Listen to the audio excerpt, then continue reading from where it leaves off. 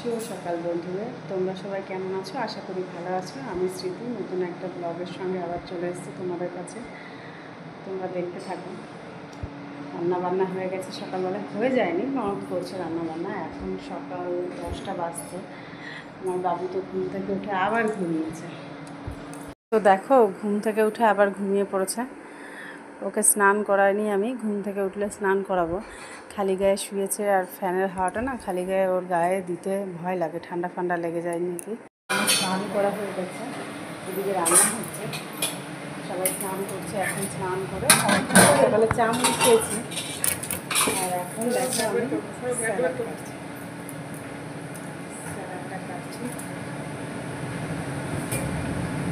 রান্নাবান্না সব ননদ করলো, আমাকে কিছুই করতে দেয়নি। আমাকে শুধু বললো, বৌদি তুমি তাহলে স্যালাডটা কেটে দাও। বললাম ঠিক আছে, কিছুই একটা তো করি, নাহলে ভালো লাগছে না।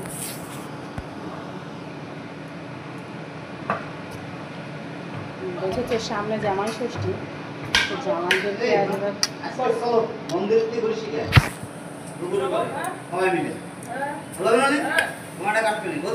হ্যাঁ মন্দিরে চলো, একটা ফেভারিট মন্দির আছে জানো তো?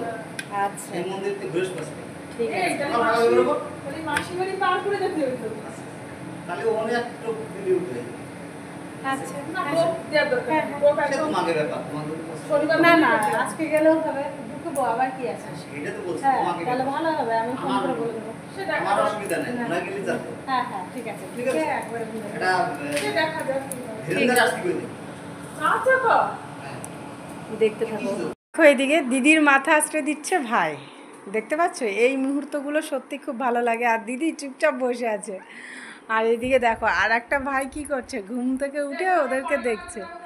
দেখতে পাচ্ছ যে কি করছে, কি করছে এরা, দেখো দেখো দেখো, দেখেছো দেখেছো?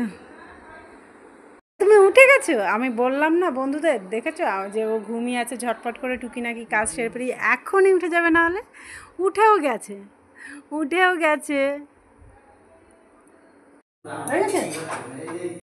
তো দেখো এখন নন্দ জামাইদের খেতে দেবো, থালা গুছিয়ে নিচ্ছি, দেখতেই পাচ্ছ।